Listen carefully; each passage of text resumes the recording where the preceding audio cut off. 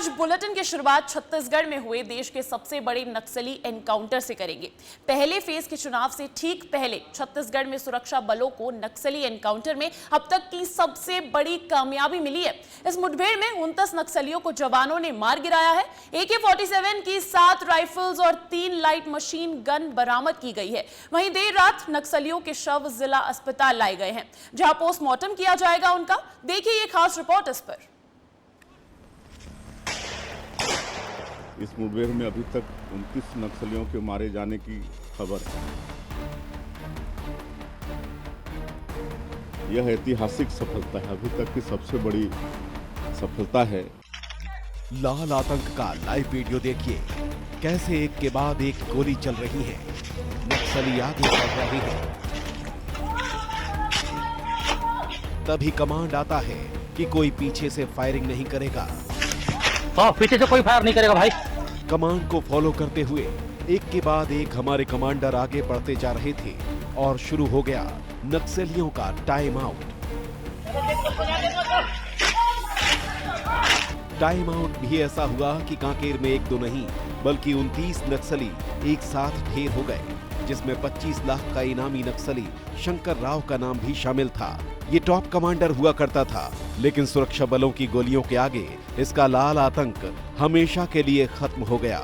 एक तरफ नक्सली शंकर राव का खात्मा हुआ तो दूसरी तरफ ललिता मांडवी का भी सुरक्षा बलों ने दी एंड कर दिया। विस्तार न्यूज ने मंगलवार को लगातार नक्सलियों के खिलाफ हुए इस ऑपरेशन की पल पल की खबर दिखाई। अब आप उस जगह को भी देखिए जहां नक्सलियों के साथ मुठभेड़ हुई। ये छत्तीसगढ़ के कांकेर जिले का छोटे बेटिया इलाका है, जहां कोटरी नाम की ये नदी गवाही बनी हमारे DRG और BSF के जवानों की बहादुरी की। ऐसा नहीं था कि सफर आसान था, लेकिन बिना गुंडा और कोरोनार के बीच जवानों ने कुछ घंटों में इस ऑपरेशन को अंजाम दे दिया। और जो आप देख सकते हैं कि ये इलाका बहुत ही चैलेंजिंग है। यहाँ हाइट्स काफी स्टीप है और उनपे ऑपरेट करना बहुत मुश्किल है, और इसीलिए नक्सल कभी सोच नहीं सकते थे कि वे आर एड्रेसिंग और उनको टारगेट कर रहे हैं हम ईस्टर्न साइड से, और यही सरप्राइज उनके लिए घातक हुआ। और हम इस इलाके में ऑपरेट करते हुए और नक्सल को भारी तादाद में कैजुअल्टी की। ये पहली बार ऐसा हुआ है कि जबकि डिविजनल कमेटी लेवल के शंकर राव और ललिता दोनों के दोनों कमांडर्स को हमने मारा है। खास बात यह है कि हमारे सभी जवान सुरक्षित वापस लौट आए। 3 जवान घायल हुए हैं, मगर घायल जवानों का हौसला भी देखिए। एक घायल जवान से रायपुर के अस्पताल में जब डिप्टी CM विजय शर्मा मिलने पहुंचे तो जवान ने मूंछों पर ताव दिखाकर बता दिया कि वो ऐसे ऑपरेशन के लिए आगे भी तैयार हैं, वो किसी से डरते नहीं हैं।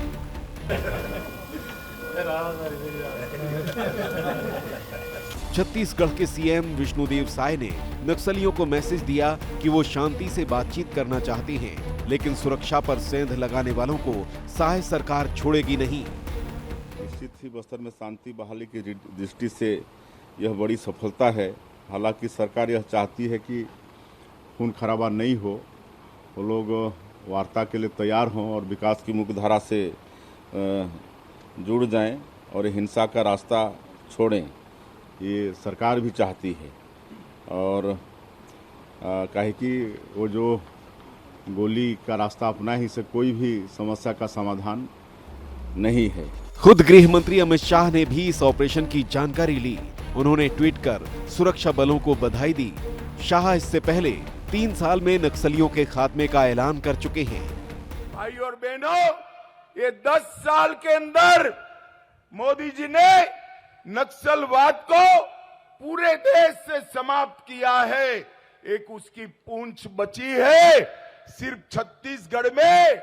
मैं आपको विश्वास दिलाता हूं, मोदी जी को तीसरी टर्म दे दीजिए, 3 साल में नक्सलवाद को हम समाप्त कर देंगे, छत्तीसगढ़ से समाप्त कर देंगे। ये ऑपरेशन क्यों जरूरी है, उसके मायने समझिए। दरअसल कांकेर में 26 अप्रैल को वोटिंग होनी है। नक्सली छत्तीसगढ़ में लगातार वोटिंग का बहिष्कार करने की कोशिश कर रहे थे, लेकिन उसके ठीक 10 दिन पहले ही लोकतंत्र के उत्सव यानी वोटिंग अधिकार का इस्तेमाल करने का रास्ता हमारे जवानों ने खोल दिया है। ब्यूरो रिपोर्ट, विस्तार न्यूज। तो ये बड़ी कामयाबी के तौर पर देखा जा रहा है। सुरक्षा कर्मियों ने 29 माओवादियों को मार गिराया। ये ऐतिहासिक क्षण रहा क्योंकि छत्तीसगढ़ में इतनी बड़ी मुठभेड़ पहली बार हुई जहां 29 माओवादियों को मार गिराया गया। और अब इस खबर पर अधिक जानकारी के साथ जुड़ गए हैं मेरे सहयोगी अनमोल तिवारी। कांकेर के जिला अस्पताल में आप मौजूद हैं अनमोल। बड़ी सफलता ये सुरक्षा बलों के हाथ लगी बताई जा रही है। छत्तीसगढ़ के इतिहास में इतनी बड़ी संख्या माओवादियों को मार गिराने की नहीं सुनी है। ऐसे में जहां उनके शव अब लाए जा चुके हैं तो उस पर क्या अपडेट्स हैं अनमोल?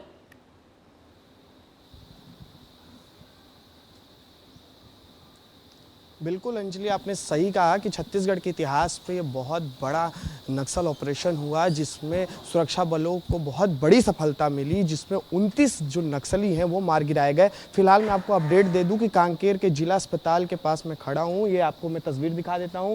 ये कांकेर का जिला अस्पताल है और यहाँ पर मॉर्चुरी के बाहर मैं खड़ा हूँ। और फिलहाल जो है जितने भी जो नक्सली मारे गए थे कल मुठभेड़ में, उन सारे नक्सलियों के जो शव हैं वो बरामद किए जा चुके थे कल रात को ही। अब जो है उनका शव जो है देर रात यहाँ पर पहुंचा था मॉर्चुरी में। यहाँ देखिए आपको प्रशासन की टीम नजर आ रही होगी, मेडिकल की टीम नजर आ रही है। ये सारे जो हैं अब जो नक्सली मारे गए हैं उनके पोस्टमार्टम में जुट चुके हैं। जो इनिशियल जो प्रोसीजर होता है वो किया जा रहा है। कुछ ही देर में जो है पोस्टमार्टम शुरू होगा और जो भी 29 नक्सली इस मुठभेड़ में मारे गए हैं एक एक करके उनका जो है शव का परीक्षण किया जाएगा। बहुत बड़ी चुनौती है अंजलि, क्योंकि एक दिन में 29 बॉडीज़ का शव परीक्षण करना अपने आप में एक बड़ी चुनौती है। लेकिन जो प्रशासन की टीम है वो सुबह से एक्टिव नज़र आ रही है। यहाँ पर आप देख रहे होंगे तस्वीरें में कि किस तरीके से पुलिस जवान जो है यहाँ पर मौजूद हैं। ये जिला अस्पताल का मॉर्चुरी है, ठीक हम मॉर्चुरी के बाहर खड़े हैं। आपको मैं दिखाऊंगा, ये बोर्ड पर लिखा हुआ भी है शवगृह के संबंधी शिकायत करके। यहाँ पर 2-3 बोर्ड भी लगे हुए हैं शवगृह के। यही वो मॉर्चुरी है जहाँ पर उन तमाम नक्सलियों को लाया गया है जो कल इस मुठभेड़ में जो है मार गिराए गए हैं। जो है वो यहाँ पर लाए जा चुके हैं। ऐसे में आप बता रहे हैं कि पोस्टमार्टम अभी शुरू किया जाएगा, लेकिन मेरा सवाल ये है कि क्या सभी शवों की पहचान की जा चुकी है?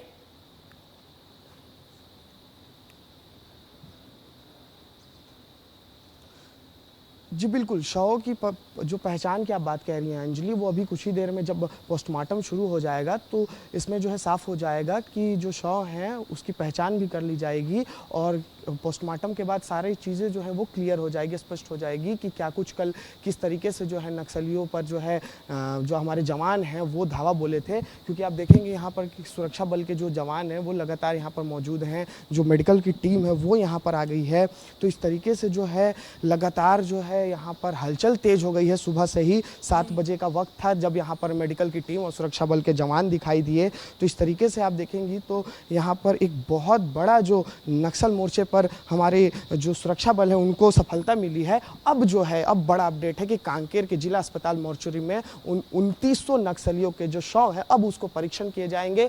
आज पूरा दिन ये प्रोसेस चल सकता है क्योंकि 29 जो है वो शव है, एक बहुत बड़ी मात्रा में शव बरामद किए गए हैं नक्सलियों के। तो कहीं ना कहीं इसमें बहुत ज़्यादा समय भी लग सकता है, लेकिन आज जो है ये पूरी प्रक्रिया जारी रहेगी। आपको फिर से एक बार तस्वीरें दिखा देता हूँ। ये देखिए जिला अस्पताल कांकेर का है, आप पीछे में देख पा रही होंगी कि बिल्कुल अनमोल, बस्तर में मतदान से 3 दिन पहले इस तरह की मुठभेड़, कई नामी नक्सली भी शामिल थे। तो ऐसे में इंटेलिजेंस बेस ऑपरेशन में जहां इन नक्सलियों को सेना ने धर दबोचा, तो क्या कोई बड़ी साजिश थी इनकी? इस पर क्या अपडेट्स है, कोई जानकारी आपको?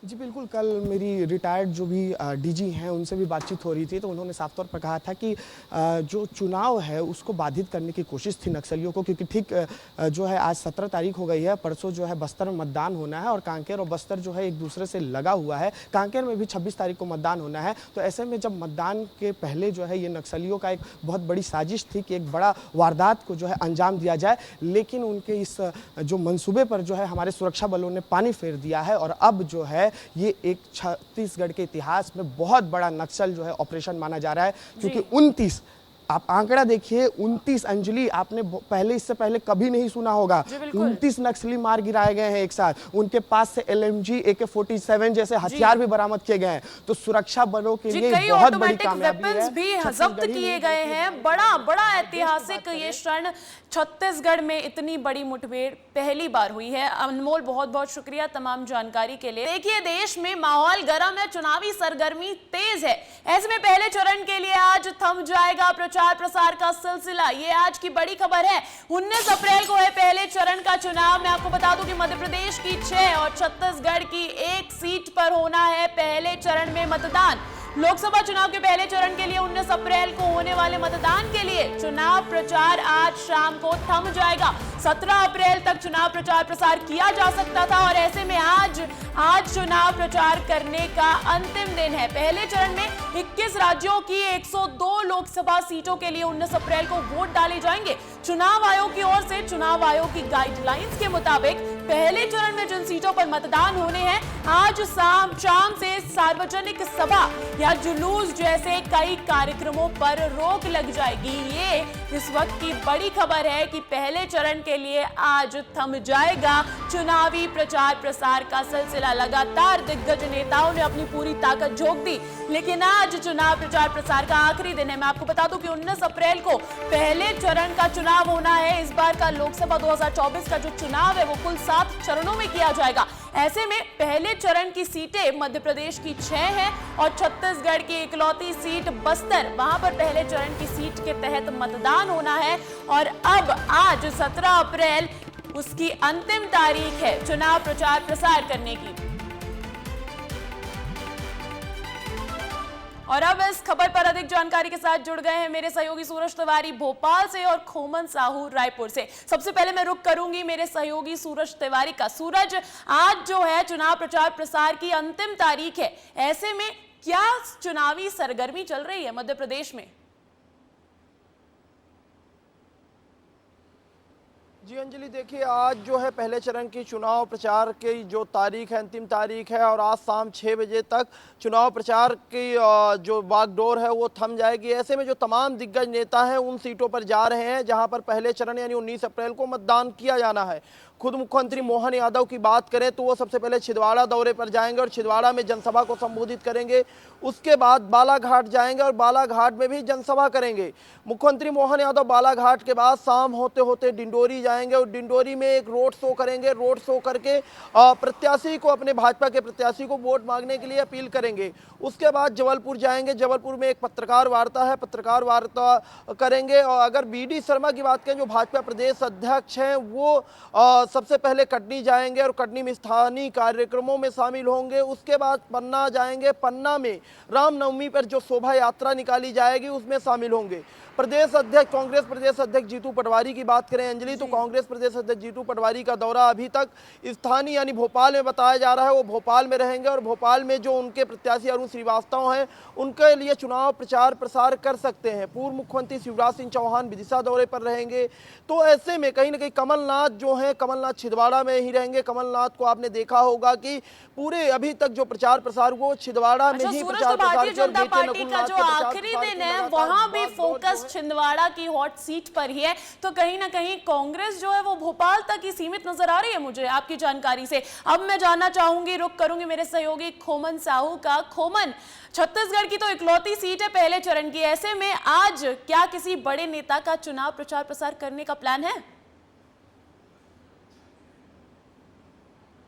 देखिए अंजलि, जिस तरीके से बस्तर लोकसभा सीट में पहले चरण में मतदान होना है तो जितने तमाम बड़े नेता हैं वो बस्तर लोकसभा सीट का दौरा कर चुके हैं। अब जितने भी जो वहाँ के कार्यकर्ता हैं, बूथ के कार्यकर्ता हैं, वो घर घर जाने वाले। आज देर शाम तक तो जो स्थानीय नेता हैं, खासकर जो बस्तर संभाग के, वो नेता जाएंगे अलग अलग तरीके से जनसभा, छोटा छोटा जो नुक्कड़ नाटक है अंदरूनी इलाकों में जाएंगे और उसके बाद प्रचार प्रसार करेंगे। लेकिन आज देर शाम जब प्रचार प्रसार खत्म होगी अंजलि, तो उसके बाद जो है बूथ के कार्यकर्ता एक एक घर जाके पॉम्पलेट देते हुए नजर आएंगे। जब हमारी बातचीत कल उप मुख्यमंत्री से हो रही थी, तो उन्होंने साफ तौर पर ये प्लान विस्तार न्यूज़ से बातचीत में बताया कि कल से जो कार्यकर्ता है वो डोर टू डोर जाएंगे। जो मोदी सरकार के कामकाज है उसके लिए बाकायदा पम्पलेट बनाया गया है अंजलि, और राज्य सरकार के जो कामकाज है उसके लिए पम्पलेट बाकायदा बनाया गया है। उन पम्पलेटों को जो बीजेपी के कार्यकर्ता है वो घर घर तक जाएंगे और प्रचार प्रसार करेंगे। और कांग्रेस पार्टी की बात की जाए तो कांग्रेस पार्टी के भी कार्यकर्ता जो है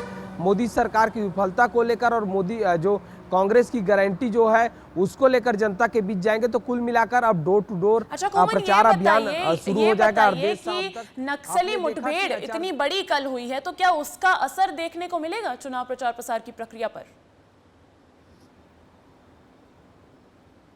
देखिए, निश्चित तौर पर देखने को मिलेगा अंजलि, क्योंकि अंदरूनी इलाकों में कांग्रेस के कार्यकर्ता हो, बीजेपी के कार्यकर्ता हो, उन लोग को जाना पड़ता है। ऐसे में जब कल देर रात नक्सली घटना जो सामने आई है उसके बाद जो 29 नक्सलियों को जवानों ने मार गिरा है, उसके बाद ये कहना निश्चित तौर पर कठिन होगा कि जिस तरीके से जवानों ने मार गिरा, तो आने वाले दिनों में 19 अप्रैल को मतदान होना है, तो उसके पहले जिस तरीके से बड़ी घटना हुई है तो कहा जा सकता है कि आने वाले दिनों में जो सुरक्षा बल के जवान हैं वो और भी सतर्क हो गए हैं। अच्छा, तो कहा जा सकता है कि सुरक्षा अब और ज्यादा चौक चाबंद कर दी जाएगी। ठीक है, बहुत बहुत शुक्रिया सूरज, बहुत बहुत शुक्रिया खोमन तमाम जानकारी के लिए। देखिए, हम बात कर रहे थे अभी मेरे सहयोगी सूरज तिवारी से छिंदवाड़ा सीट पर। आज भी डॉक्टर सीएम मोहन यादव वहां पर चुनाव प्रचार प्रसार करने वाले हैं।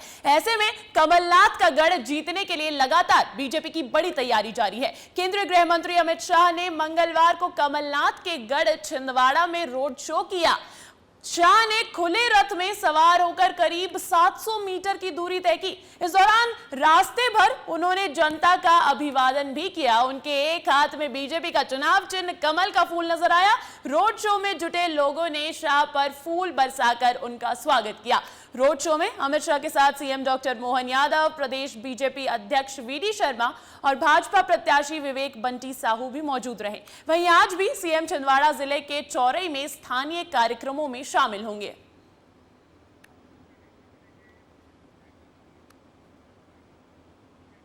छिंदवाड़ा में आज अमित शाह के रोड शो को सीएम डॉक्टर मोहन यादव और प्रदेश बीजेपी अध्यक्ष वीडी शर्मा भी शामिल हुए। दोनों नेताओं ने प्रचंड जीत का भरोसा जताया है। किला कहाँ बचा है, किला तो ढह गया। जनता का साथ, भाजपा का विश्वास और जो बदलता माहौल वो अपने आप बयां कर रहा है कि छिंदवाड़ा अब बीजेपी में हुआ है। आपने कहा है 29 माला कमल की से खिलेगा। ये उत्साह, जनता का आशीर्वाद और ये जो जबरदस्त जन समर्थन दिख रहा है वो इसका आशीर्वाद है। तो ये थे अभी हमारे साथ प्रदेश के मुख्यमंत्री डॉक्टर मोहन यादव और भारतीय जनता पार्टी के प्रदेश अध्यक्ष विष्णुदत्त शर्मा, जो कि कह रहे हैं कि अब ये किला ढहना तय है और आज अमित शाह की रैली के बाद यहाँ पर एक वातावरण बनेगा। 19 तारीख को होने वाले मतदान में भारतीय जनता पार्टी के पक्ष में प्रचंड वोट पड़ेंगे और जब नतीजे आएंगे तो भारतीय जनता पार्टी के पक्ष में होंगे।